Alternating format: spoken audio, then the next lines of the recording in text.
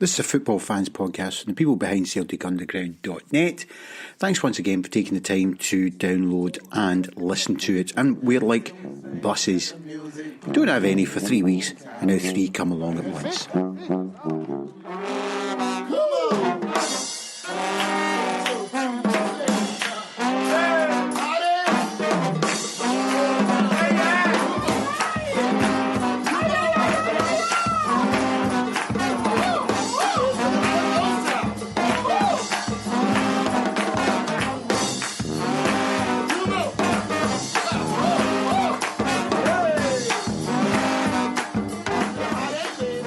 Now you're listening to a Celtic Fans podcast, and you therefore no doubt read things like Facebook, Twitter and various other Celtic Fans websites online, possibly listen to Buy Them In Tim's, Fritz a Grand Old Team, 90 Minute Cynic, 20 Minute Tim's, all the Celtic Fans podcast, Homeboys, whatever.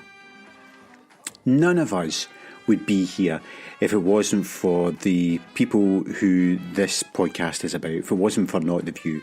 For those of you younger, imagine a podcast with the words all written down and then printed out on pieces of paper.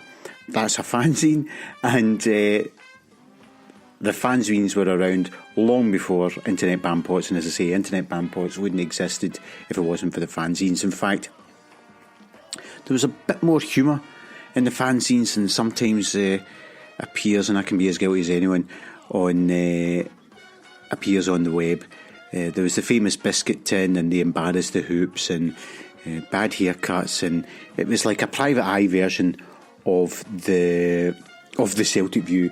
Anyway, it started 30 years ago, so it's the 30th anniversary of Not The View. They had a wee thing for it, and St Anthony of this parish went along and chatted to the guys. So that's this podcast.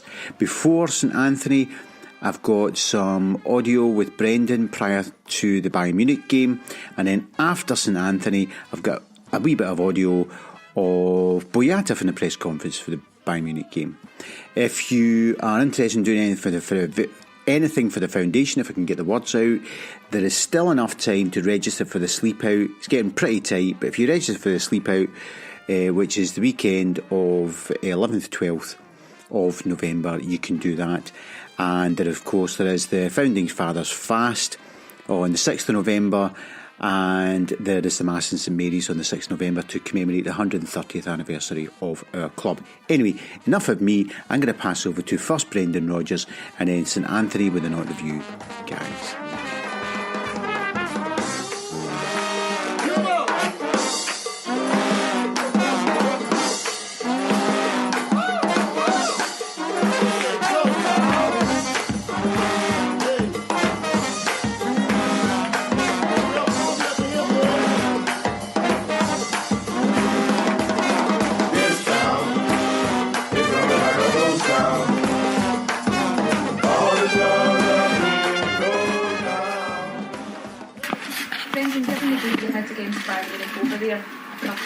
How do you approach tomorrow night?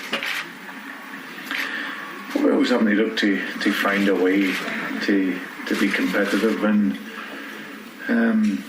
look to see if we can get a result. Of course, it's like it is for most teams. You know, when you play away against Bayern Munich, it's very tough. But there was moments in the game, in particular the second half, where you could see our confidence and belief in how we were playing come through, and that allowed us to then be much more like ourselves. So, but we're playing at home. We always, love to play here, the backing of the support, and looking to then, like I say, find a way to get a result. And it's something that we'll be looking to do tomorrow evening. No Lewandowski, no Müller. How much do you take from that? How much encouragement for the players? Well, of course, there's two players that are world-class players and have been consistently now for a number of years. Lewandowski is one of the world's best strikers with his movement, his speed and the quality, and he's been consistently doing that now for a few years. And Muller's a player that he's a player that I've always loved in terms of wherever he's played, whether it be as a striker, wide in the right, or like he did against us, he played as a sort of advanced midfield player. He's a very gifted player. and like I say, his will and desire to play well is always there. So those two players, of course, will be a miss for them, but there's some very good players behind that to come in, like Jaime Rodriguez, who come in and scored in one of the last few games. So listen, they're a talented team. Their setup is and they've been put together to win this competition. So we know the magnitude of the test, but one that we'll really relish. Brendan, you may have seen the quotes from Karl-Heinz Rummenigge with regards to Lewandowski's absence. Is that the kind of thing that can only fire your team up? The fact that they're clearly not prioritising this game and they're prioritising the weekend's game instead? Yeah, someone showed me something on that. Listen, we respect that they're a very good side. It's up to us in terms of how we work. All we can do is control what we can. So whatever Bayern Munich's intentions are, I've got most respect for them and their team. And for us, it's about us earning the respect at this level, hopefully, for the next few years. And for that, you have to perform well. Do you feel that, maybe not so much the game 2 weeks ago, but the game here against PSG is the one that the players will want to improve on? Because I guess Bayern Munich are up in that upper echelon of the best teams in Europe. And, speaking to a few of the guys after the PSG game here, they were disappointed that they didn't play as well on that big stage here at Celtic Park. Yeah, well, listen, we've had a few games, like you see the PSG first half performance, we could be much better. First half out in Bayern, but I think that's more a belief. And that's something for me in my time here, having to convince, my job is to convince the players that they can go and really be competitive in how we play at that level. Now that's a very, very difficult thing to do because they're playing against, players that a lot of the time they have greater speed and their techniques at a top level, and they've been consistently at that level for a reason.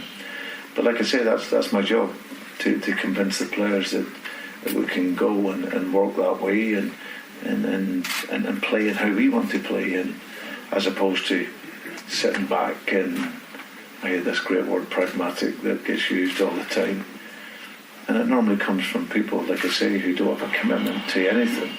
They don't have a commitment to play a certain way. They just think you can chop and change on a daily basis of how you work, but it's not the case. We look to improve our ideas of football, and we look to improve those against the very best teams, and we'll always look to find a way to do that. To what extent, Brendan, do you feel the players have got the belief you can win tomorrow night? Yeah, but we always have a great confidence, in particular at home in this competition. Like I say, we've got a victory, and at this point, I think last term people were saying that we were improving and doing better. Well, we have more points at this stage, but it doesn't take away from our overall aim. And our aim in the competition is to be in European football. We're playing against, two superpowers of the world game at the moment, and two exceptional teams in their different ways. And we've Anderlecht, two of the Belgian champions in our league, and we've performed very, very well against them. So for us tomorrow night, we want to get a result. We want, but we have to show that we have the qualities to do that, and we always look and think we have a great chance at home. Is there anything you've seen recently, Brendan, that gives you that feeling that you can go into this against a winnable match, given it's not that long since Bayern were in back-to-back Champions League finals? Yeah, it's the learning that comes from that. If you think of the last game that we played, it was a tough game for us, but we showed in spells in that some of our qualities. If we then go into our two games after that, of course it's a different level of player you're playing against, but we played in our league game away at Aberdeen, and the level that we played at, we gained that confidence from playing in parts of how we did against Bayern Munich. So yeah, it's a further few weeks on, and this is a group of players that have been constantly learning, constantly developing in the 17 months I've been here. And for us, this is a great stage for us to develop as a team, and it's something that we hope that we can do again further tomorrow evening. Is that something that you stress, that this is such a great stage? It'd be a shame to not perform, in other words, to try and get the players to enjoy and to push themselves on as much as they can? No, I think it's listen. It's natural. It's not that they don't want to perform. You've got to consider that there's two teams. Like I've always said, as much as we want to perform, you get a world-class team that you're playing against, and they play very, very well. That can be difficult to stop, So, but we have to find a way. That's what we aim to do. And can we find a different way? But that'll be the aim for tomorrow. But it's never for the want of the players not wanting to do it. My players are as honest group of players you come across. They give everything into their work. They're super professional. They've shown they're consistently domestically. They've shown that they are growing at this level, having been out in it for a few years. And we have a lot of young players that are gaining invaluable experience from it. So it takes time. But we hope that somewhere very soon we can make a big result. We had a great performance against Man City here last year. That were a team that were doing exceptionally well, and we just failed to get that victory. So, but yeah, that's what we're searching for at this level. You've got two strikers both on form at the moment. You've managed to give them both game time with the amount of games, but when it comes to the crunch, a big game like this, is it a very tough decision who to keep happy, who to play? It's not about keeping happy. It's about finding the best team that you think can deliver the result. It's always the toughest job for a coach or a manager. They'll always tell you that, and especially here with me at Celtic, we've got 25 players giving their all every single day, and of course they want to play in the big games. So whichever one I play, it'll be what I think is the team that can get us the result. And all the players respect that. They're a very spirited group. They always know that I give them an honest chance, and I always speak to them honestly in terms of where they're at. But ultimately, it's about finding a team for every game that we play in order to allow us to get a result. Do you think that the general lack of opposition in the championship during the whole year is a problem, or makes the learning slower for your team to play against the biggest teams in Europe? Yeah, it can be difficult, of course, because you're going from one level, of course, to and you're not just jumping one level, you're jumping 2 or 3 levels, especially when you come into Champions League, because you're, like I say, you're normally pitched in, or we have been in these last couple of years with teams that are favourites for winning it. But look at the game of the weekend.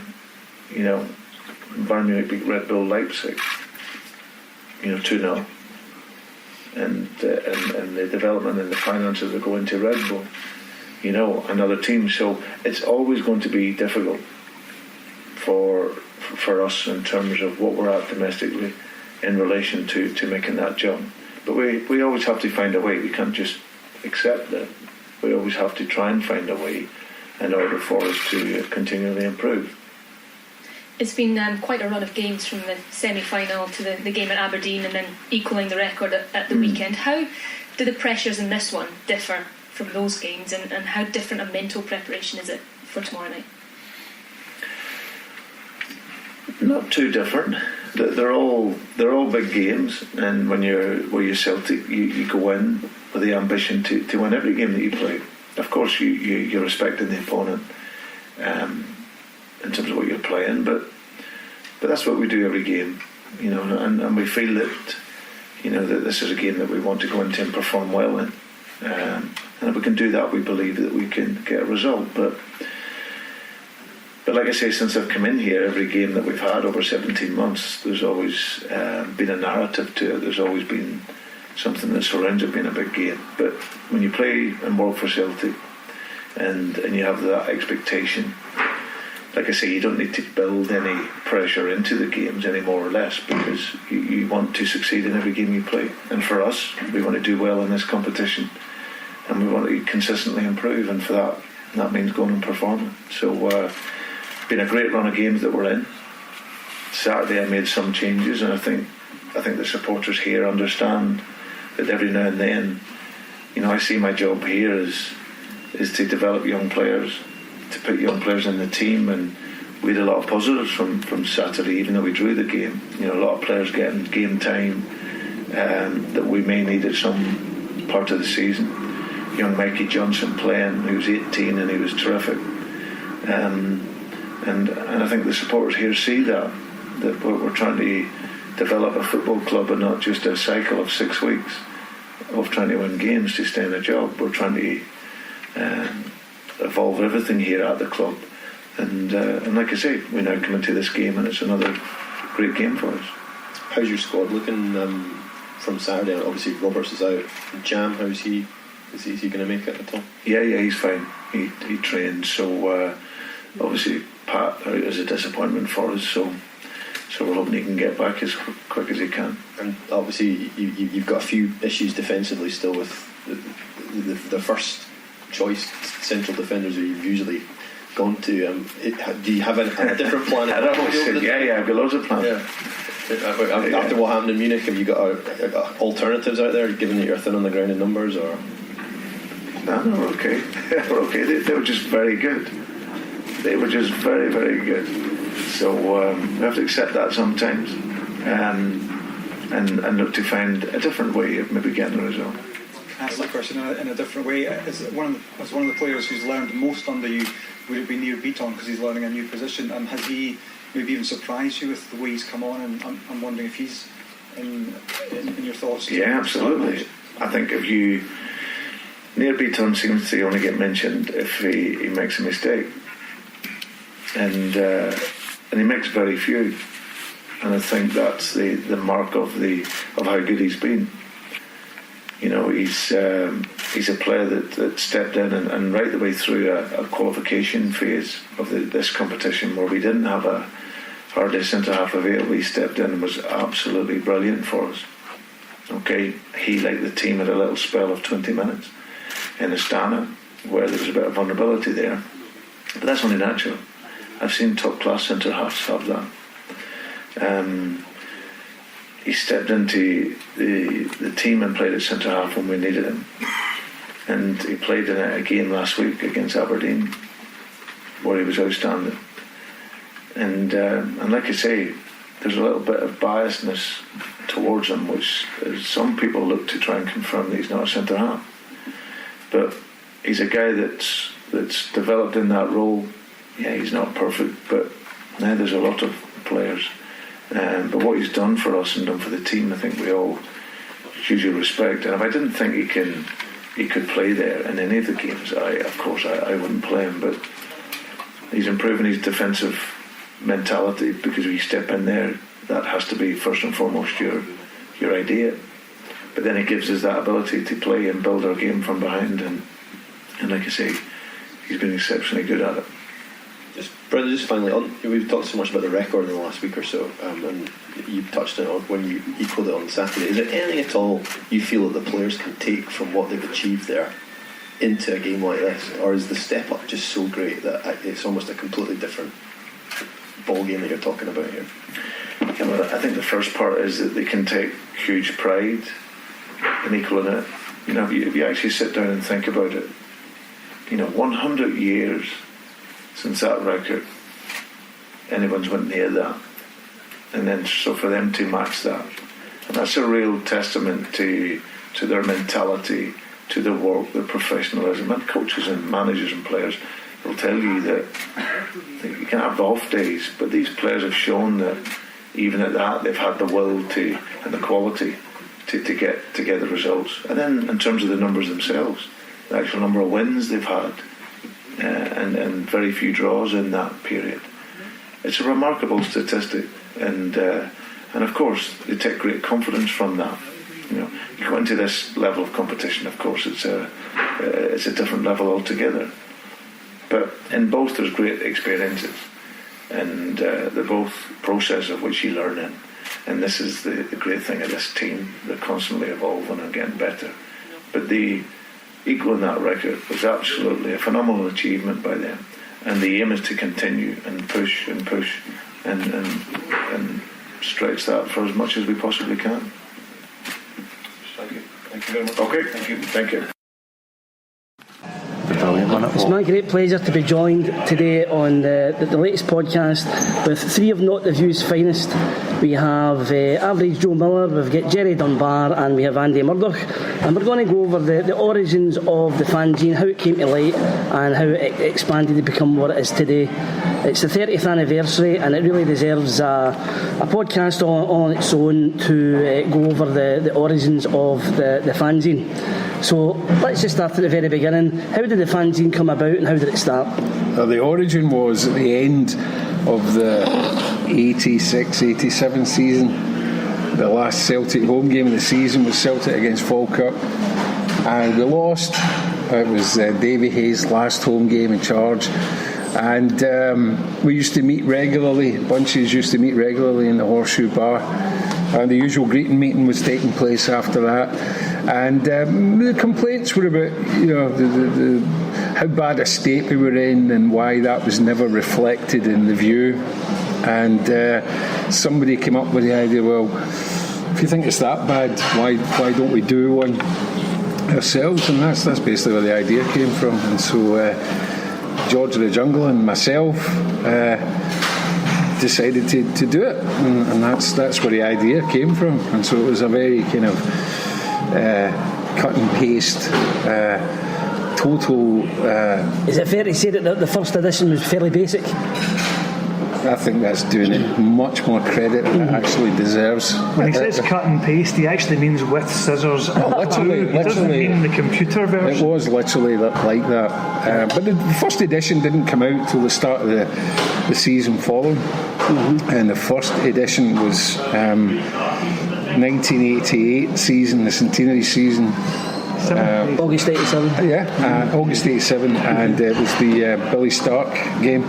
So by that time, George and myself had put together 16 pages of cut and basically sack the board, and that was the strapline, sack the board, and we'd managed to photocopy 500 of them, and they were sold out in Jane Field Street within about 10 minutes. It's worth pointing out that the name Not The View, the younger people might not be familiar with that, but not the 9 o'clock news. That's correct, this not thing was a buzz phrase at the time, so that was quite an original concept, because as you said there, the View towed the line, the party line, but obviously you could be a wee bit more irreverent, a wee bit more humorous. I think quite a few amongst us had actually written letters to the View.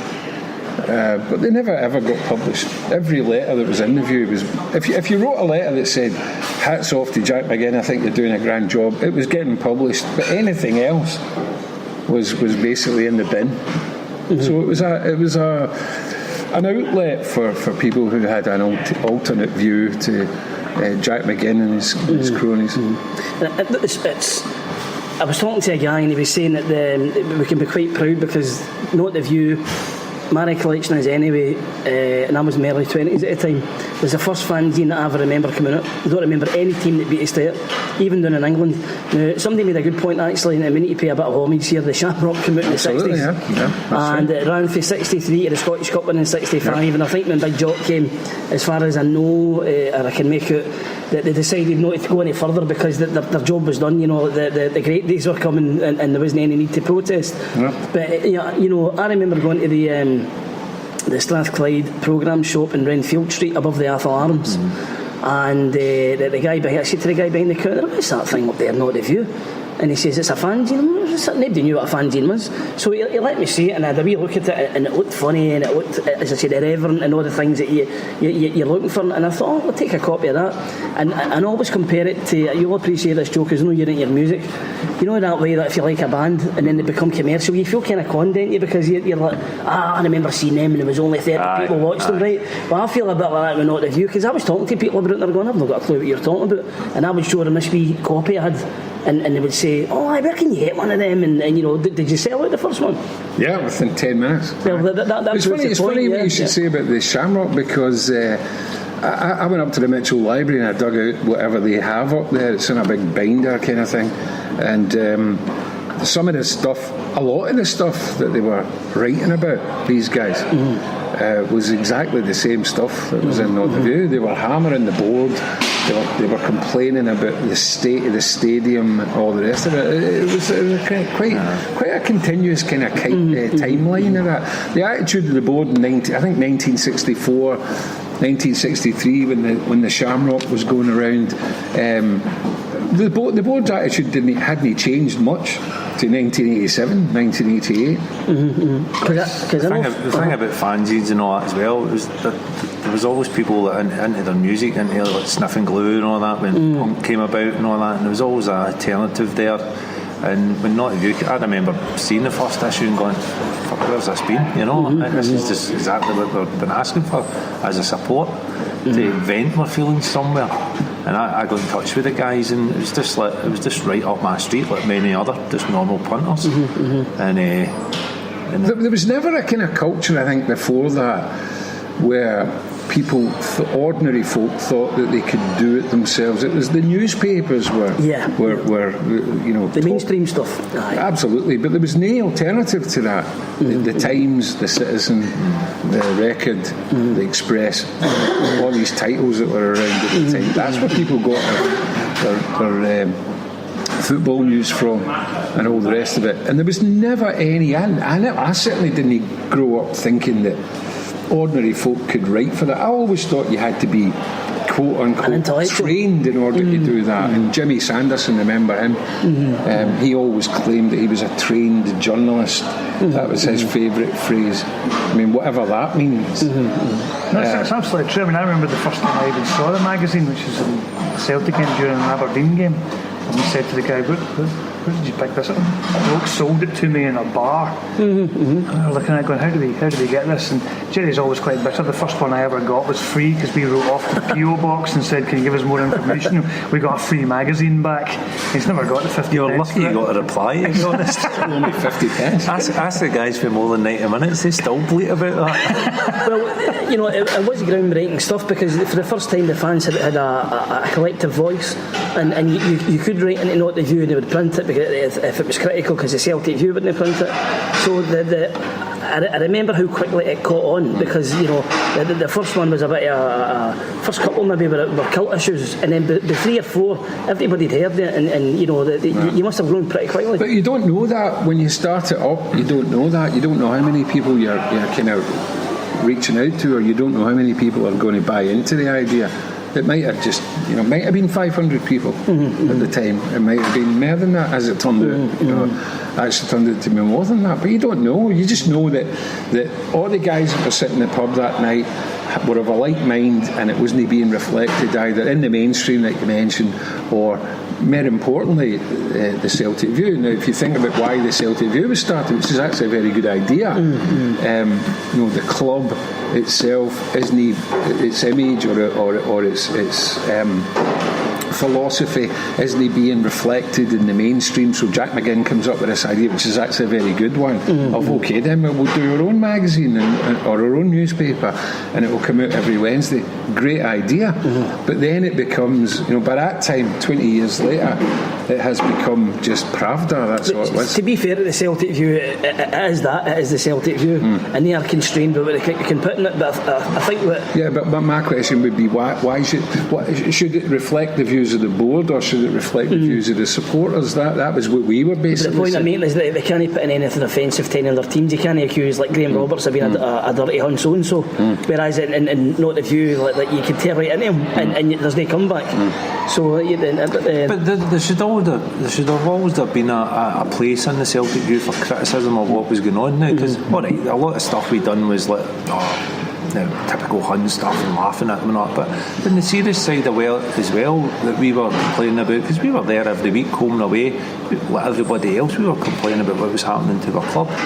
So if you can't express that through the official channels, which we should have been allowed to do, we wouldn't be sitting here talking right now. You're making a good point, because for the first time I remember thinking that there's actually fellow like-minded Celtic fans and a groundswell of opinion against the board the way I feel, right? And it was quite sort of enlightening to think that there was other people out there, because it's one thing going into the pub with your pals and saying, see that board of directors, how can we get shot on? They're rotten, they're holding us back, you know, the stadium's a terrible state, we need investment, there's people out there obviously want to put money in, how can we do it? You know, you have your couple of pints and then you go up the road and forget about it. But for the first time there was a forum where guys could get together in unison and say, well, do you know, how can we take this forward? And you guys were at the vanguard of that at the beginning. So there was never an idea of where it was going to end up or what to do. I mean, I think everybody just realised that what was happening was unacceptable and just couldn't go on much longer.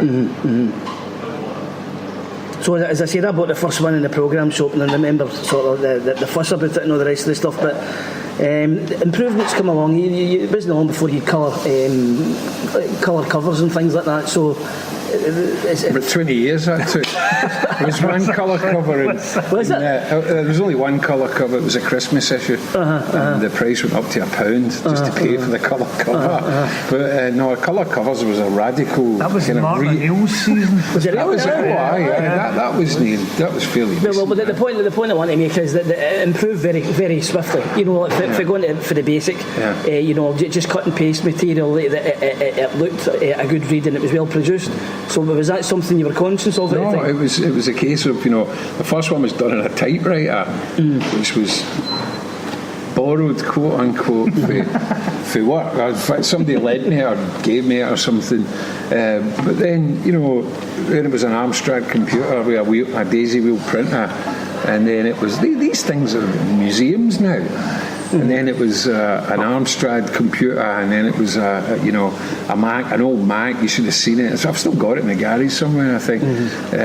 No, it was Photoshop and all that was just coming into play and all that. That was just coming. You should have seen the things that Joe used to do. Joe used to work in a place where, in order to get a picture in the magazine, it was a Heath Robinson type of thing. You cranked something up, and it's like Frankenstein, and then electricity would start and lightning bolts. It was the start of the crossover, the dark room going into a computer. You know, basically that was it. So you're in that dark room trying to get all these pictures and all that together and all that. But as Jerry said, we still tried to keep it looking like a fanzine. You know, we did kind of make it go up a couple of steps, but you see, we didn't want it to become glossy. We didn't want it to turn into anything other than kind of a street thing. Keep it a street thing. I think it's been true to that. We used to sit and have meetings during the week about what we were going to put in it. You used to be in the pub and get a piss. And honestly, it was ridiculous. We'd be sitting with stacks of stuff, and Jerry and I would be sitting across the table swallowing like anything. Right, this, we've got to do this and all that. And then we'd get home at stupid o'clock. I'd phone him up the next day and I can't remember a thing we were meant to be doing. What's this picture all about? What am I meant to be doing? Organised chaos. And it was basically like that, and we ended up saying we had to stop it. But the things that you can do these days are instantaneous. If you want to put any kind of picture on the web tomorrow, or on your blog, or on your Twitter feed or something like that, you can do it in a minute. It's instantly we had to organise it a week or two in advance. I actually was clearing out something in my house the other day, and I came across preliminary notes that I'd made for an article that I had, one of the first ones I ever wrote, and it was handwritten. I remember actually handing it in to Jerry, handwritten, so he would then have to take them, because now you could just email it. I used to hand in handwritten stuff, like handing in your homework, and he would then have to go and type that all up. That's where it was at that point. I know some things like even like putting somebody's head on a body. That was a major job. But you wasn't just on your.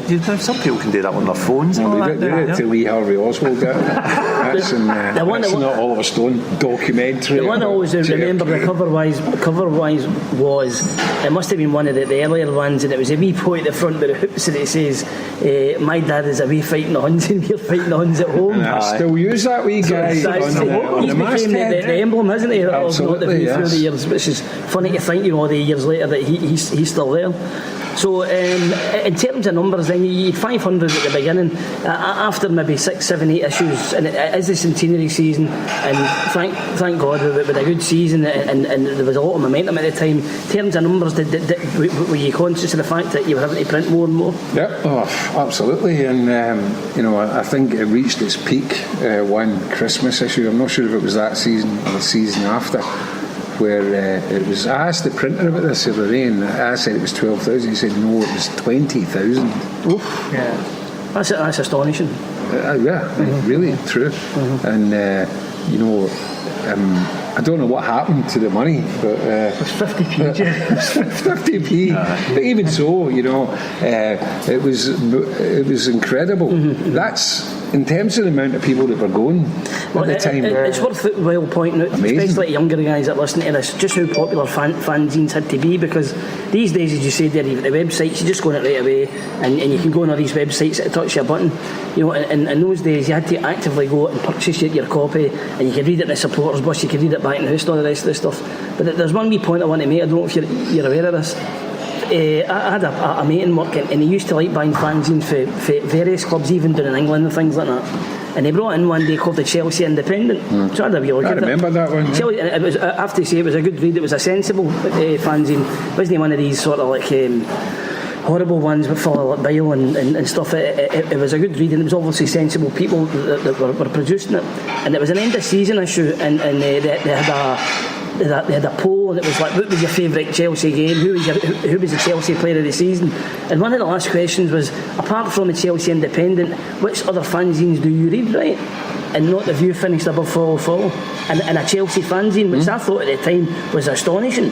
But I think it also goes to show the reputation that you built very, very quickly. That A, it's a good read, B, it's sensible, that you're not going to get any nonsense in it, and C, it's funny, some of the articles in, you must have got great contributors through the years. Absolutely. Apart from these two, I mean, one of the, I remember one night standing outside Heritage, and a guy who recognised me for some reason, he said, "You do Not the View, don't you?" And I said, "Yeah." He goes, "You won't know me," he said, "but I'm Chip Panhead." That was his nom de plume. And I said, you sent in a couple of letters and stuff, didn't you, Chip Panhead? But people were, contributing freely and all that. Nowadays, I suppose the same guys would just, put something on a forum or something, or put something on Quick News or something like that. Somebody said their Twitter. I mean, if you've got your wee Twitter account and you've maybe got a couple of 100 followers, then you charge on, and then you can also correspond with guys who are coming back at you. Yeah. I got a complaint a few years ago. A guy was buying the magazine regular, and he said, "This is the last one I'm buying unless your rumours improve." And I had to say to him, "Mate, we're a printed magazine. Our stuff is out of date the second it's printed. Really. The internet's here. The rumours, and there's no point in us doing rumours anymore. They're ancient." So he never came back, actually. I maybe drove that one away. But that's the thing, the nature of what we do has changed. At the start there was rumour mill and Not the View, and it had all sorts of stuff in it, and that would be relatively current for the time, because these things moved a lot more slowly then. Whereas now it's a very much instantaneous world. If Tom Rogic gets a parking ticket in Glasgow, people in Melbourne know about it 10 minutes later. That's right. So it's a very different world you're playing with, so you have to then tailor the magazine to that. So the format, not just the format, but the content is altered to reflect that. The one thing I think, if you said to Celtic fans, is if you mentioned Not the View word association, it would be they embarrassed the hoops. Right? It's amazing number of people that I've spoken to through the years, and they go, "Do you remember the one he done about Frank Monroe? Do you remember the one he done about Roy Keane, all this John Downey, these kind of things?" So whose idea was that? Well, it was actually. I'm not. I mean, I wish I hadn't have thought of it, but it was mine, and it's a bad idea. But I mean, you're young, you think you're smart, right? So you put that in, and we have had, a lot of guys who weren't very good players who have played for Celtic, but nevertheless, they've lived the dream kind of thing, Because I remember Danny Craney complained. Somebody complained about Danny Craney. That's right. That's what I'm saying. That that wasn't the worst one. That was bad enough. It was a total turn. But the worst one was I got an email from some woman in Australia who said, I believe you published an article about my great grandfather or something in your magazine or something like that. Is there any chance that you could send me it? And when I looked it up, it was he appeared. I don't know who it was. I can't remember. I wouldn't mention his name anyway, but he had appeared, and so I didn't. He had appeared in that particular column, and I didn't have the heart to actually reply to that one. So I wish I'd never thought of that. But some of the ones that were in it were, when you read them, savage, but they're actually quite funny. The one thing, I've made the point already, but there was a lot of humour in Not the View, which was part of the reason for having it, I suppose. But the other thing I think was important for the beginning, and I remember reading this in the first or second issue, that Irish politics were not to be discussed. It was totally Celtic. There was other fans that took the Irish thing on board, and I think that's to your credit, because you can maybe the situation in Northern Ireland at the time was pretty bad, and there was other forums for discussing those matters and politics in general, and I think it's to your credit that you made that right. The fanzine world had kind of taken off, but then there was a lot of fanzines, as you say, that was a Chelsea one talking about Not the View. There was, and you say follow, which they typically did, would follow everything we did near enough, and try and do their own wee slant on it. There was the guy that started World Shut Your Mouth, the Rangers fanzine. First one. Got in touch with us before follow was it? And that guy was quite genuinely a decent bloke, but never kind of took off for him. He just didn't have enough bigotry in him, I don't think, to make it. And then you got the final hurdle and all that. Dundee United got in touch. The one that I remember. So it's funny you say that, because I was actually I've just been writing a thing for the magazine about 30 years, and the first editorial. It's quite open and say this may be the biggest piece of rubbish you've ever read in your life, in which case write in and make it better, which is a good way to reel people in. But also says we'll print anything that's not religious, political, or anything like that. This is all football fans, and it's basically, it states its stall out very early on. That's page 1. This is a football fans. If you want something else, start your own magazine, have it you, which people did. So great. You've got your own. You led the way in that respect. We certainly had our own political views as well, and a lot of them not a kick in the arse off of which Chuck LR and all the rest of them are doing. And another good read. I enjoy reading it, and it's got its own place because that's what people want to read as well, because it does well, and I quite enjoy it. But for us, it wasn't for us. Even though our political views were probably, I'm not similar. talking about the guys, similar, very similar. The one fanzine title that I always remember at the time was Where the Creatures Meet. Now, you being a music man, you must know that. Where the Creatures Meet, that's... what team is it and what song is it? Fuck's sake, man. Is that Jim Morrison? You're right. It's the Doors, and it's a song called Love Street. Therefore, that was the St Mirren fanzine.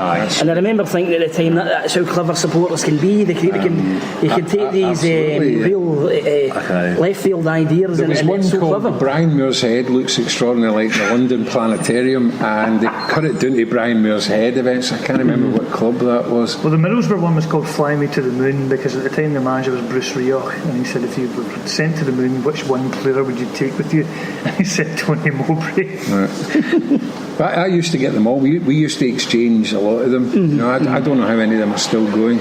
Well, that was how the Sam Fowler thing started, was it not? Started to be distributed in Hamburg, and the lads out there sort of caught on to a couple of the magazines and got in touch with Jerry and started coming over here. That was how that whole thing kind of germinated, no pun intended.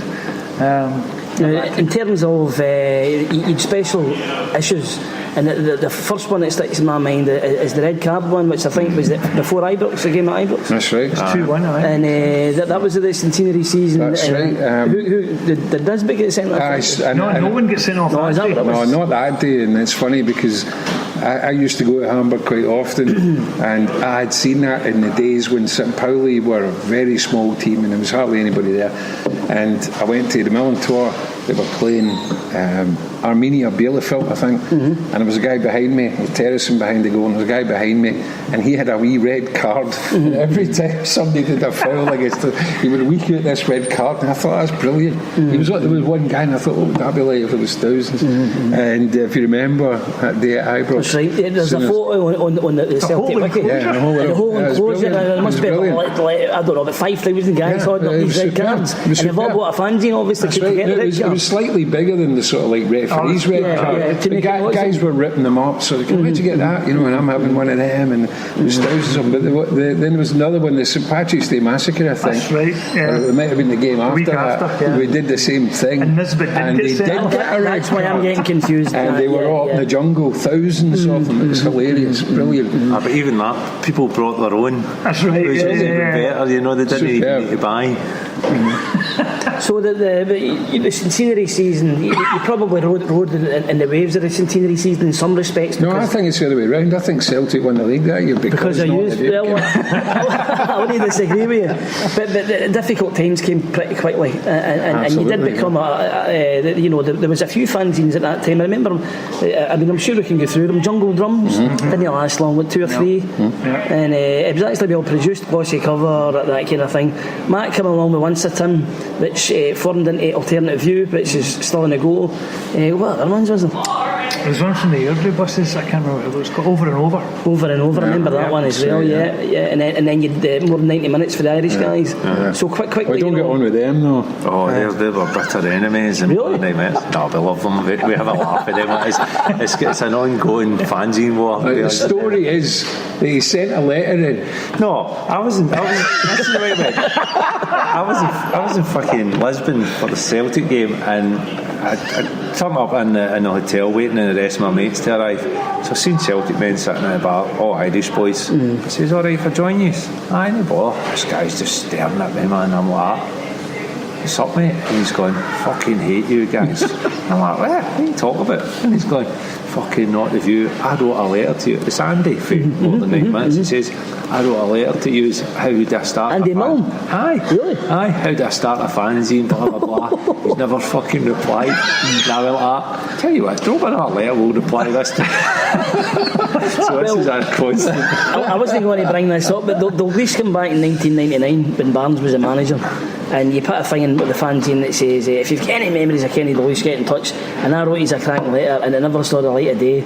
And it's kind of ironic because that spurred me on later years to actually write a book about Kenny Dalglish's time at Celtic. But I remember being a bit miffed at the time, thinking, I bought every one of their fanzines, by the way, for about 12 years or something like that. I says, and the bastards haven't printed my letter. Oh, no. So yeah, that's us. It was a kind of, you used to get a lot of people saying that, did you see that what I sent in? And you'd be like, aye, but we'll try and get it in and all that. But we were going to the games and going to Bevy and all that. The rest of the. And here was other guys think these were an organised. Organised, that's the word you would never use. That's an adjective you would absolutely. I mean, having the nerve to criticise the board and stuff. But once somebody said, fuck it, that was a guy said to me, not if you ones, he's fucking toss man for uni and all that, and they're not for schemes and all that. And like, it was Royston and Drumcharlton, no fucking scheming. What the hell do you want? I don't know what scheme you're from. He's for the drum, I'm for Royston. I know he's not mentioning it anyway. I'm for Sims Hill. It's just outside Castlemilk. It's not a scheme. What can I tell you? Lower Castlemilk. So the thing is, dark days came, and in the early 90s. I'm like, it's horrendous. My son goes through these record books, and he'll say, Dad, 1992 we finished 5th or about, looked at the cup with Falkirk, and you think to yourself, it is hard now that things are going so well to look back and see how depressing it was. But I do have to say this, I'm not being fawning here, but the humour that you had at the time kept the support going in some ways, because as I said there was a collective like people could join in with you and buy the fanzine and think, thank God I'm not the only one that feels like this. So were you aware of the fact that you became a vehicle for possibly overturning the board? I'm not sure about that. I mean, the thing about the collective misery, I think is important. Remember the Hampden season? It was dreadful, but you were going with your mates, and there was a sense of togetherness about it, I think. overturning the board. I think by that time there was all kinds of things going on. There was all kinds of rumours. There was people getting in touch. Willie Wilson, mind? Willie Wilson was the guy who, but in the meantime, at the same time, Michael Kelly phoned me. I don't know how he got my number, but he phoned me up and he said, "Come down." There was an office right across the road from here, from the Admiral, and he showed me all these plans and whatnot, and blah blah blah. And then next day, 2 days later, Brian Dempsey gets in touch, and he shows me all these all different plans and stuff. So I think they knew there was something in the wind, but there was. I'm not sure there was something like, we're going to tip them over the edge, or we're going to be the guys who do it, because as Joe says, by that time more activist people had got involved, Willie Wilson. Save Our Celts, I think, was the first one. I remember going to a meeting in the Shettleston Town Hall or Borough Halls, and Joe Baltrami and Jim Craig gave terrific speeches, and again it was heartwarming to think that the place is full of the gunnels.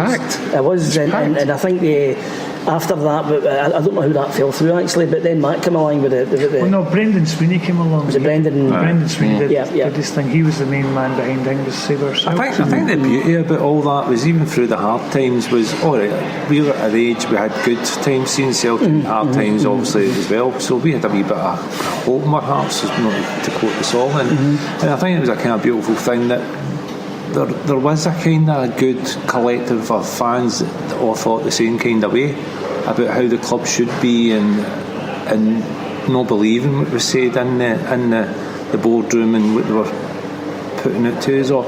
So there was a cracking collective of folk there, and it was just to be lassoed in into one group, and obviously it did with Celts For Change and all that. Obviously you see other clubs and they just can't do it, the hardest thing ever was the boycott. The boycott was awful, because I remember Joe was one of the first ones in our group to race the boycott, and I remember standing at the turnstiles with him and he's going, "I'm not going in," and not quite believing of all people he wasn't going in.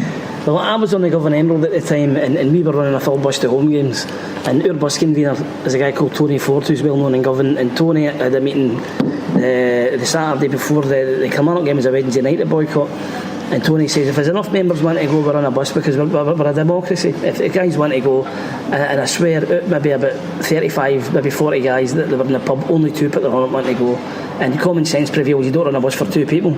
Now, I found it hard. I'm actually proud now that I didn't go, because I did find it hard, but afterwards I felt a sense of pride. Well, I've done my bit, and then it was difficult to gauge how many turned out, because the old board says it was 11,000, and then the Celts For Change had manned turnstiles. They'd manned the turnstiles for clickers, and it was only maybe like 8,500 or something. And if you believe what you read in books and recollections, it was the guy who was the Bank of Scotland opened the paper up the next day, and when he saw it, he says, "No, this is just went far enough." So in some small way, no going did help to overthrow them. Hilariously, that night, I not only got a free ticket for the main stand, which I didn't use, I've still got it, but they opened the turnstile, they opened the gates at the end of the game, and I went in, I saw the goal. It was a last minute goal. John Collins. Yeah, it was a deflected free kick, so I boycotted, but still managed to see the goal, which is quite cool. We had a banner at the Jungle Lands before. You and Brendan had a banner straight from the Jungle. I done a banner as to say, I can't, what was it? Do the honourable thing.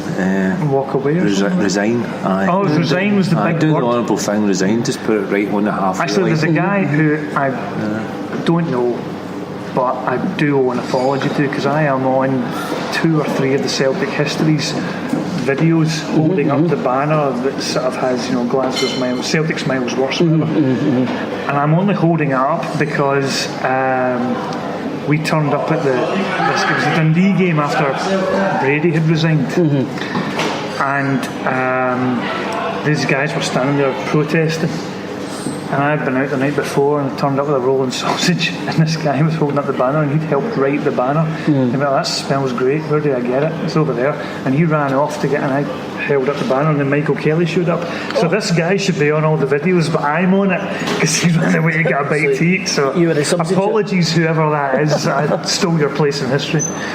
But the good times were to come. Fergus took over in the spring of 1994. So in terms of the fanzine, was it the same after that? Because you didn't really have a bogeyman in the terms of the Michael Kellys and the Chris Wright. So what was the feeling then? That's right. And the targets change. You set your targets on other things. Then it becomes a kind of external targets like the press and. The mainstream media and all that kind of thing, as opposed to kind of try to depose something so negative. You're trying to actually support something that, somebody would have said, well, this is what you wanted, isn't it? So why wouldn't you support it? You can't just be totally negative about something You still all the keep time. a crosshair on the inside, because I remember George writing an article when the stadium was first planned saying 60,000 is too many. Yeah, I think most of us thought that. He wrote an article saying this is unrealistic. Yeah, which I think now he accepts. Because at that time Ibrox only had 44. But it's important to keep that eye on the internal goings on. That's an important part of it. But also keep your distance from all of these guys, and that includes players. It includes board members, management. Everything. You keep your distance from that. You don't get too close to them. How can you be friends with these guys or kowtow to these guys and then the next minute write an article about them or something? As Andy says, that Fergus planned the 60,000 stadium, and I'll always remember to my dying day. It was a Friday night. It was the last time you could hand in the shares. It was a horrible pissing wet January night. The team weren't even doing well, and it was incredible. The queue went for in the wall for a dress shirt, all the way down the stairs, out the front door, all the way down Kerrydale Street, round the London Road, just to be roughly where the turnstiles bar was. And I remember standing there thinking, oh my God, I can't believe standing in the corridor. I thought, no, you've came all this way, you need to do it. So a steward came out and he says, there's such a big queue, he says that we're going to do it for Saturday and Sunday.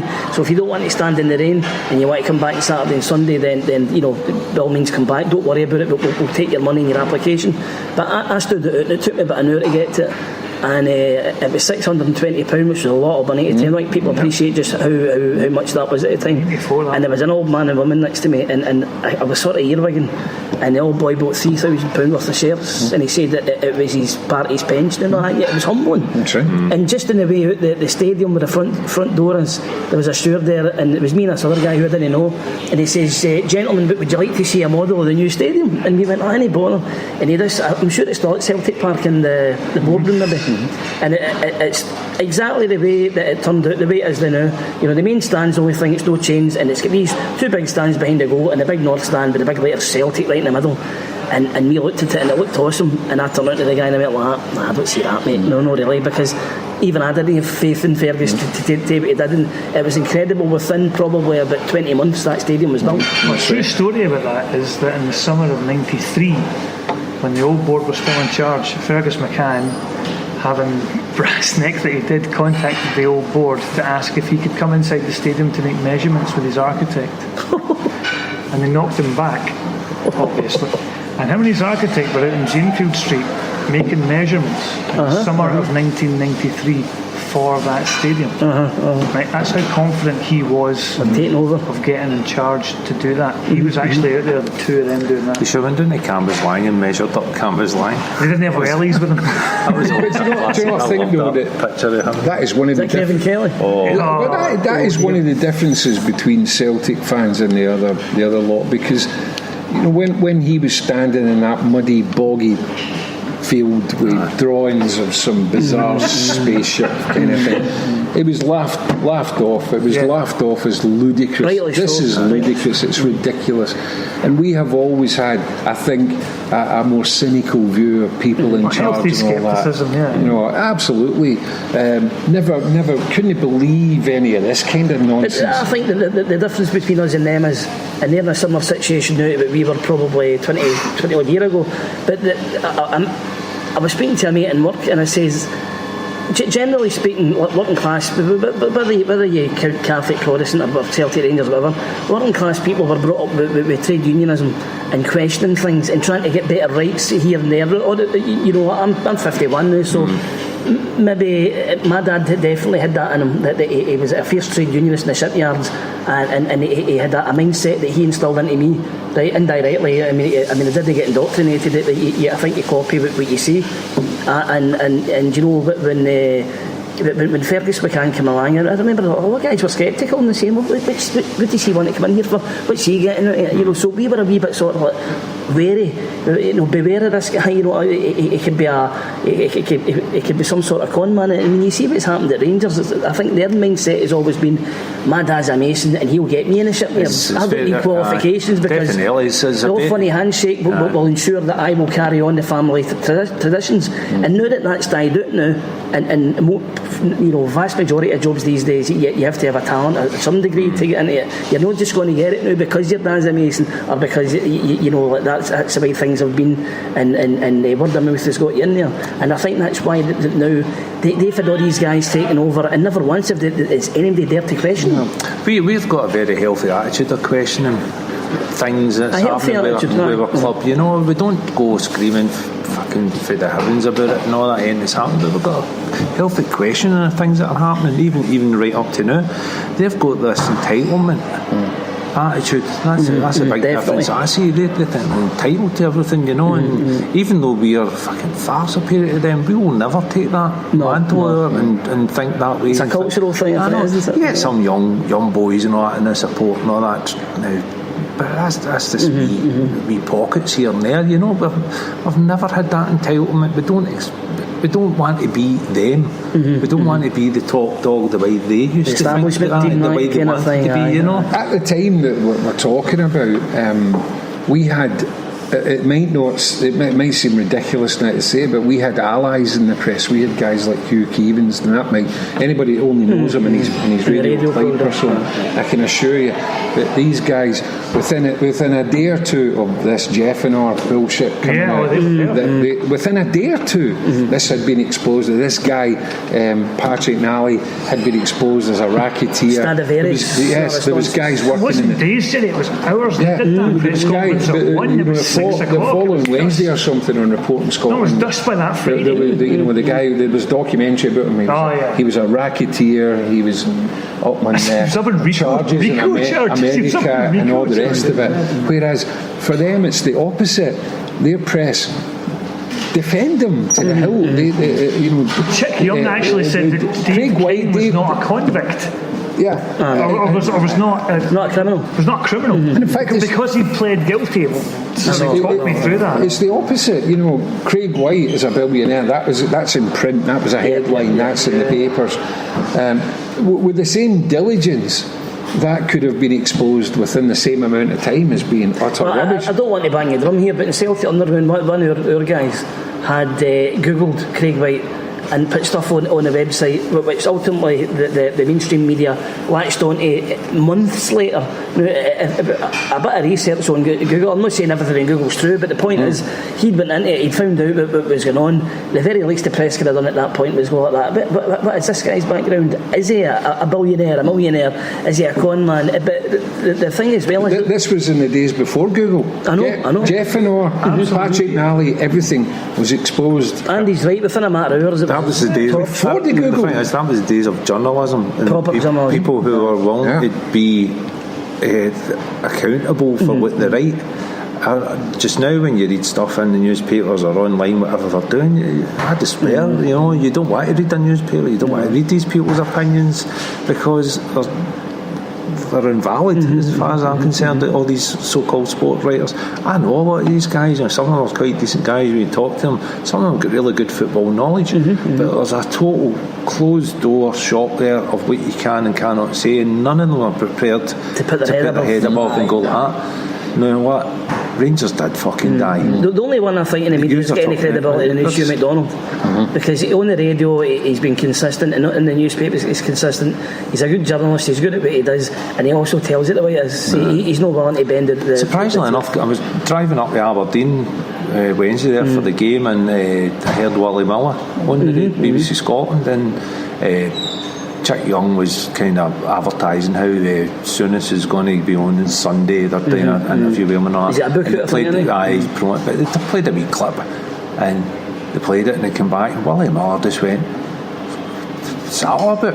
You know, he's blaming everybody else for Rangers' demise. It was Rangers' own fault, and absolutely ripped them one. Chick Young was getting that high pitch. Now that way, when you're angry or something, you get that high pitch. Dogs were off fucking running about, schemes everywhere, squealing because of it. And it was beautiful radio because somebody just actually said it how it was. It was fantastic. I was like, good on you, Willie Miller.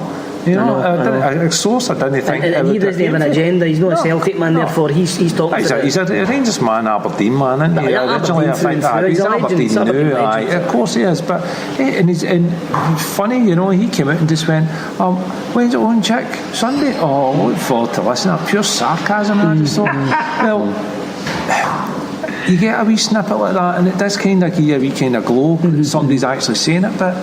As I said, it's a closed shop. They're not willing to put their head up and say, look, I'll be the one that says it. Because or two or three of them say it. I think the most damning indictment against the whole Rangers situation is look at the newspapers in the day after the liquidation thing happened, when they died, right? No, sorry, they're in the process of liquidation now, but we're getting it there. The day that they ceased trading, if you like. Now, the Herald had it in the front page, the Record had it in the front page, the Sun had it in the front page, there was coffins, there was RIPs, there was, you know, the rest of the stuff and you know, that's like, I always make a joke about it, that the Bobby Ewan scene for Dallas when he comes out the shower, I was like, that didn't happen. That didn't happen. And see, to be fair, I don't really want them to be on our side or anybody's side or anything. I wouldn't look, see the way we get absolutely ridiculed. Now, I think it was the Mail or the Record. They actually hired a hearse and drove it by Celtic. Remember that, man? They were making it. You know, try to make it happen. They were all for us going down. Whereas opposed, and fair play, something I thought was quite right. No, that stuff, but some of the articles and all that I read about Celtic, it was good. It was rattling into the board and what they were basically saying the same things we were all saying. And you don't want a test to be on one side or the other side. You want to be objective. Of course, the truth. You want the truth. That's all. What it's all about. You want the truth, and you just see the way our situation was back then to what their situation was now, and hell fucking mend them. That's where they're going. See, the subject of kind of exposing the truth, and to go back to what you were talking about earlier on, it was very, very difficult back in the day to get a hold of Celtic accounts because Celtic was a private company. That's right. And the only people that turned up to meetings was Auntie Adele, the Grants, and it was a wee meeting. Grants, Kelly's and Whites. You put your hand up and you had canapes afterwards and a couple of drinks, and that was very civilised. That was a meeting. And we had to. George went to company's house or whatever it was, and it was actually microfiches which we then had to sort of and print, and I don't think anybody had seen a set of Celtic account apart from Auntie Adele and Chris and Michael and Kevin and all the rest of them, It was very difficult to get that information out, but once it was out, then that was the truth. And nobody's looking for an agenda. You just want the truth. And when you can face the truth, which we did, I think, you saw the truth, you saw it written on the wall, 15-foot high letters, then you've got to do something about it, not deny it, because then you get into their situation. Well, see, a guy who's very much a bogeyman still amongst a certain amount of Celtic supporters is Terry Cassidy. Now, this is a guy who was brought in by the old board. He didn't have he had a certain reputation. He was a voice piece for the old board, wasn't he? But the first thing he did was look at the accounts, because he was allowed access to them, and phone the Bank of Scotland and say, you do not lend these people another penny because they have no mechanism to pay you back. Now, unfortunately, the Bank of Scotland at that time were under Grand Masters. They decided that they would extend the credit line further, and they also contacted the board to say your chief executive has just undermined. He was a dead man walking from that second. But he did see where this logically ended, which is death. Terry Cassidy's a name that to conjure with, because I had a meeting with him once to mean a guy for the Govan Emerald. And I can't remember now what it was about, but it was a complaint of some type. But the game is due, secretary phoned us up and we wrote a letter, and it says, Mr. Cassidy says if you come up on Tuesday afternoon, he'll be pleased to meet with you. So he goes into his office, and he goes into his office, and it says, we discussed what we're discussing, right? And Cassidy's. It says we've got a great new strip coming out, and as it happened, it was the green and black stripes, which is very popular this day. Yeah. So he didn't bother explaining it to us about what was happening. So the story about Cassidy goes, as I was up to meet Cassidy, and the new strip had come out. It was the green and black stripe one, which was very popular at the time. And although we hadn't seen it yet, and he says it's a cracking strip, and my point to Cassidy was, he says, what colour is it now? That's not unusual, given that we've had yellow and black and lime green and all the other things. And his answer was royal fucking blue. What colour do you think it is? So that's an indication of how abrasive Cassidy was at the time. So the other thing to bear in mind is with the centenary season and not the view being there is the Jock Stein bust. So who wants to go ahead with that? Well, no, that's what I was just where I had the interruption there to get drinks, but I was saying to Jerry, it was a really important thing, and we'll talk about Sean Fallon. It was just such a great day, and meeting an absolute legend like that. But Jerry, you pick up. I think it was important that it was at the time. Don't forget, I mean, trying to get inside Celtic Park, inside the stand was awesome. It wasn't anyway. But when they made the new thing and all that, and there didn't seem to be any kind of memorial, as it were, to Jock Stein. So I got in touch with this guy. It's a long story, but I got in touch with this artist guy, Sam McVeigh, with a view to doing this bust of Jock Stein. And it's magnificent. It really is. Anybody's seen it. It's just absolutely. So it went to the People's Palace originally? Because we offered it to Celtic, and Jack McGinn knocked it back on the grounds that we had criticised. You were a malcontent, Jerry. That was the phrase you used to use. You were a malcontent. That was a phrase that used to be unreconstructed. Used to go ring round the terraces. That's for sure. Yeah. But he said because of the aforementioned, we had criticised some of Jock Stein's signings and they embarrassed the hoops, and they knocked it back. So Elspeth King at the time was the curator of the People's Palace, and we offered it to her, and she said that they would take it. And Sean Fallon was the guy that unveiled it that day, and eventually Fergus brought it home to where it should be. And that day it was George of the Jungle, actually, remember, in front of the North Stand. Must have been a great day for him. He walked out and he pulled the string, and it's anybody who sees it up close, it's absolutely, it's awesome. Actually, it's really awesome. I've been fortunate enough to get into the front doors of Celtic Park a few times, and that's what it is, and I always make a beeline for it, because I always think of that day at People's Palace with Sean, and when they did it and they looked at it, they went, that is fantastic. Fantastic. It is brilliant. It's amazing. And that was Celtic fans that paid for that. It wasn't alright, it went through, not the good, but Celtic fans paid for that. And that mob when they put it in Celtic Park. I know, so that just tells you a lot. Sums them up, doesn't it, in many ways. And it is just beautiful that it's there now. It's a joy every time I see it. So we're not there forever, I hope. Well, absolutely, yes, we're following the boys. I said to Tony Hamilton, you've got to change the plaque on it to mention Not the View, because it was our subscribers that actually paid for that. They're duty bound for that. Hopefully they will do that. So we're coming to the end, and all I want to say is what does the future hold for Not the View in this digital age? What issue are you at now? What number is it? 253 is the next one. That's number incredible. 253. And I don't know. Who knows? What's going to happen? I said the last time that we did a podcast, when we get to 200, we'll see what happens. But it's a kind of. It's just a thing that keeps going and going. I'd be loath to give it up. I've got to say, as someone who stands and sells it, the demographic is moving.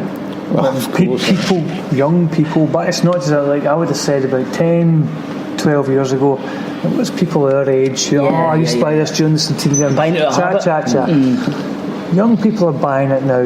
The demographic is slightly changing because people just appreciate the fact that maybe this isn't such a digital thing, and it is a bit more, because we have moved our articles. There are stuff obviously about the current situation with the Scottish football and how Celtic are going and all that, the current things. But there are also stuff about, okay, where was the history of whatever, and maybe it's stuff that isn't covered in the Celtic View, for example. There was a series of stuff I started and I'll need to pick up again about the Cup Winners' Cup, because we had a long and inglorious past in that cup, because that was where Rapid Vienna happened, and we had an Atletico Madrid game, and we had a bunch of it, and every possible misfortune that we could have ever encountered visited us in that competition. It's very rare that you have a goalkeeper prodded in the back to take a goal kick quicker by an army unit poking the muzzles of their rifles. Exactly. So it's a very unusual competition. So that's one thing. And so it's articles like that I think are going to keep the interest going. There is that. It's because a lot of people want to read about things like that, and because there is a big gap there, what Andy says about famous games and all that, and then obviously there's the modern stuff with the Green Brigade, the Police Act against fans, criminalisation against fans that we touch, and we're not saying we know everything about it. There is other ones, you can highlight it, but we highlight it, we bring it there, and we've just recently hit the Twitter and all that, people going, fuck, not the view's still there, man, need to buy it again, where can I get it, and all the rest, so there's still maybe you'll have a wee renaissance this season in the 30th anniversary. There is a nice wee it's also not want to sound too old farty, but it's also that thing of, you bring a perspective to it of, you know what, every one of us around this table was there when we were on our knees, and every one of us appreciates every single trophy and every single I got a letter recently from a guy who said that he was up in the Scottish whatever it was, and he was looking through the archive, and he said they've got copies of Not the View from, and he mentioned all the ones who said they don't have this issue and that issue, and it was a very nice letter, because he said you should really send them it, because it's social history. It's the kind of thing that, not historians from 100 years later, you'll look through the archives and say, what were the people actually saying at the time? Not the guys who write the history books, but the guys who... We said the exact same thing about the Shamrock. I mean, you and I sitting looking through the Shamrock and going criticising Yogi Hughes and all the rest of it, and that's great reading and all that, and just getting a feel of what it was like for guys like us. And apart from anything else, if we suffered it, why shouldn't you suffer it? We suffered it. My daughter, who doesn't even go to the game, has seen us beating Barcelona, right? Exactly. My son, who, to be fair to him, has been going since the age of 6 or whatever, is pissed off because we don't get into the Champions League. We've got to play in the UEFA Europa League or something like that. It's a hard life, isn't it? And you're going, is that what you're complaining about? Is that really what you're miserable about? Tell him if ever get beat with Airdrie penalties in the League Cup, the Broomfield or worse. I mean, you could come up with worse than that, Nigel. Motherwell in the Scottish Cup at Fir Park and things like that. So we've suffered it. You suffer it as well. But my nephew grew up at the time when Rangers won 9-0. He was at the age of young Justin, right? Got to the games, got to see Celtic for 9 solid years. He never knew anything other than reading about Celtic winning in history books or watching old videos.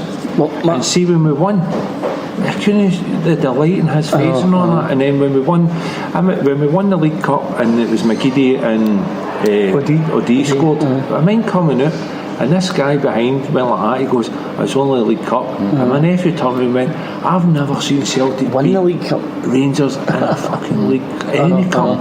And he says, and I fucking treasure that. And some fans forget. I think especially these days when you think about, we're sitting here tonight, and I don't know when your podcast is going out, but we're sitting here tonight and we could go to the game tomorrow, and if Celtic don't get beat, we have equalled a record which has stood since 1915 or 1916, right? Astonishing. And it's amazing. 100 years, it's you know, amazing, right? That is and if we don't get beat tomorrow and we go one further, we've actually broken that. We are living history. We are living in historic times. We appreciate it because we have had to go there through the bad times and all that. And I think you've got to hold on to that. Hold on to your angst. Absolutely. Well, I think in that sort of happy topic, we'll call it a halt there, because if anybody's listening, we're in the Admiral Bar and we're bursting for a drink. And if we were to turn this on maybe in about 2 hours, you'll hear us all singing Boys You're All Brigade or something like that. I just So it just remains for me to say, on behalf of the Celtic supporters, thanks for everything you've done through the years. You've entertained us. You're definitely a part of the Celtic folklore, Celtic history, and many, many happy years more to know. And can I just say, Stephen, one of the things that is so gratifying is that a lot of the things that we came up with over the years, like the Civ, have become part of the culture, the lingua franca, and that is brilliant. And the proudest moment of my life was when we went up. I took my boy up to the Hampden Museum, and there's a note of you in one of the glass cases, and he said, "Dad, that's your magazine in there." It's wonderful, fantastic. So fantastic. It's living what can you say? May it last for many more years. So thanks very much, boys. Thanks for having us. Thanks for having us. Dedryck, how are you all feeling ahead of tomorrow night's game? I think I'm feeling pretty excited. I think the team is excited too. We are always looking forward to play that kind of game. It's a big moment for us, and we've got that. We want to actually do better than we did away over there. So it's a chance for us to show everything.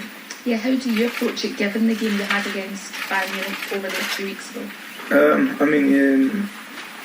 We know that over there we didn't actually play the game that we wanted to play, and I think it was a bit frustrating for us. We finished the game and we weren't happy with ourselves, but then tomorrow we have the chance to do it in front of our fans, and I think it's a big opportunity for all the players and for all of us, and we prepared very well this week, and we're just looking forward for that. Dedryck, how much defensively do you need to improve the performance from Munich if you're to stand a chance of getting something from this game? I think it's not just a point of defensive. I think it's just all general. We have to try to play our game, not be afraid to, because let's be honest, we've got nothing to lose, we've got everything to show. We're playing against one of the biggest teams in Europe. Players have been in the World Cup finals. It's a big opportunity for us to go there and just show what we can do against them. Of course, it will be difficult, and then we just need to be on top of our game, and that's from the goalkeeper to the strikers. We just need to work as hard as we can, not be afraid, play our game, and then see what happens. Lewandowski and Müller are both out. That makes your life a bit easier? Yeah, we know how good Lewandowski is. I'm not even going to talk about Müller, because we know Müller, Yeah, two key players for the team, and then they got a big squad like we have, and then I'm sure they will find a way to replace them, but that doesn't mean that it's gonna make the game easier for us. And then two key players not there, then okay. Dedryck, you've got 3 group games left, 2 of them at home here. What do you think is realistically possible for Celtic? As we said from the beginning, the target was to play in Europe after Christmas, after December. Now we have 3 points. Bayern's got 6 points. Everything's still possible, we're playing at home. We've got 2 games left, 3 games left, 2 at home, 1 away. Everything's still possible. We know how difficult it would be from the beginning, but then we know that anything can happen, and we never know what happened after we win tomorrow, and then everything can happen after that. You had a match recently up at Aberdeen where things seemed to click quite well. Did you sense that the team's gelling, coming together just at at the right time? Because obviously the European level is a step up yet again. Yeah, of course, European level is a step up. We all know it. But yeah, we've been preparing very well, playing well all together. The game against Aberdeen was outstanding, you know. We just want to keep on going, you know. Show what we can do. I mean, in here, everybody knows what we can do, you know. I mean, even after the Aberdeen game, people were saying we hope we can play like this in the Champions League, you know. It's a chance for us, and we just want to show it because we know we can do it. The players have often spoken about how different this game will be from the game over in Munich. How much does the home crowd really affect the players, or how much can it affect the away team at Celtic Park? I mean, I can only tell what the players have said when they came here. You know, they say how affected it can be with the crowd behind us. You know, all the noise and everything. But then, you know, playing with the 12 men is always best. Is always good for us. You know, it can only be positive for us on the pitch. And then, of course, we all players we know how to deal with the pressure. But it's always a plus for us. The manager said last time that he wanted you to go into the game with no fear. Do you still feel that way even after what happened in Munich? Yeah, I mean, manager said it because I think it was disappointing because he knows exactly what we can do. You know, he was expecting us to go there and just show no fears, and we didn't do that. So I think it was a bit disappointing, and we all understand, you know, because before the game we were all excited to go there, and we didn't show what we should have done, you know. So yeah, tomorrow is a chance for us to show the opposite because we know our qualities, we know what we can do, and we just hope that tomorrow we will be able to show what we can do in front of our fans, in front of everybody, and that'll be just a good thing, a positive for us. In Scottish Premiership, there is no such opposition as Bayern Munich or PSG. Is that a problem to prepare this kind of game? It's definitely difficult, but then as a football player, you just never know. You just know that you can play against you have to play against the best teams, you know. Of course, on the pitch you realise, okay, it's going quicker than usual, but then you just need to adapt, and that's the Europa League level, and that's the level you want to be. We want to be playing on that level in the league, you know. So that's why we should be excited to play against this kind of team and just up our level. So the two games against PSG and Bayern, the previous games can be a preparation for this one. Maybe you've learned things that you can use on the pitch tomorrow. We learn every day, every time we play against them, against PSG, Bayern, even Anderlecht. We learn every time. You know, and that level is definitely not easy. But then it's a level where you see everybody plays on TV. You watch the semi-final, you watch the qualifier, you watch the final. You watch Ronaldo, you watch Messi. Now tomorrow we play against Robin, Ribéry, or whatever, you know, the big names, you know, and for us it's always a big joy to be on the pitch and just to up our level, try to understand the game, and if it goes wrong, just take the positive of it and just go for it again.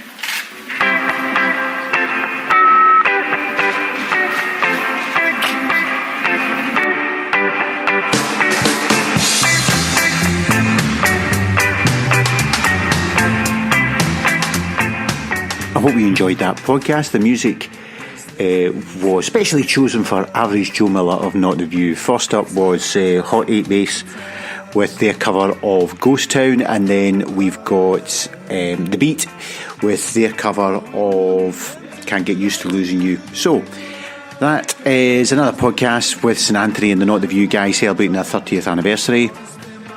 There'll be more podcasts along soon. As I record this, we've got the Bayern Munich game tomorrow night. 4-goal victory sees us leading the head-to-heads.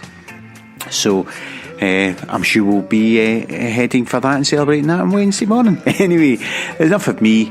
Enjoy the podcasts. There'll be more along soon. This is me, Harry Brady. That was him, St Anthony, saying good night and God bless. Good night. No matter what I try to do, gonna spend my whole life through loving you.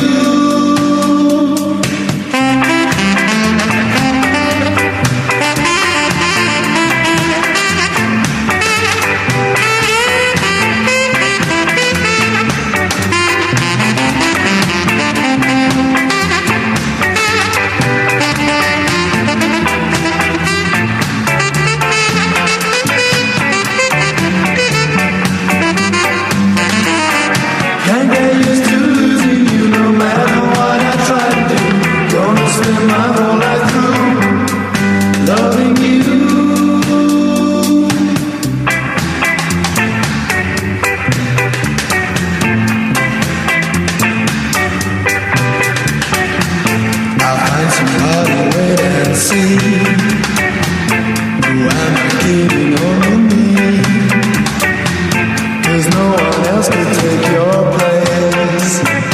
Guess that I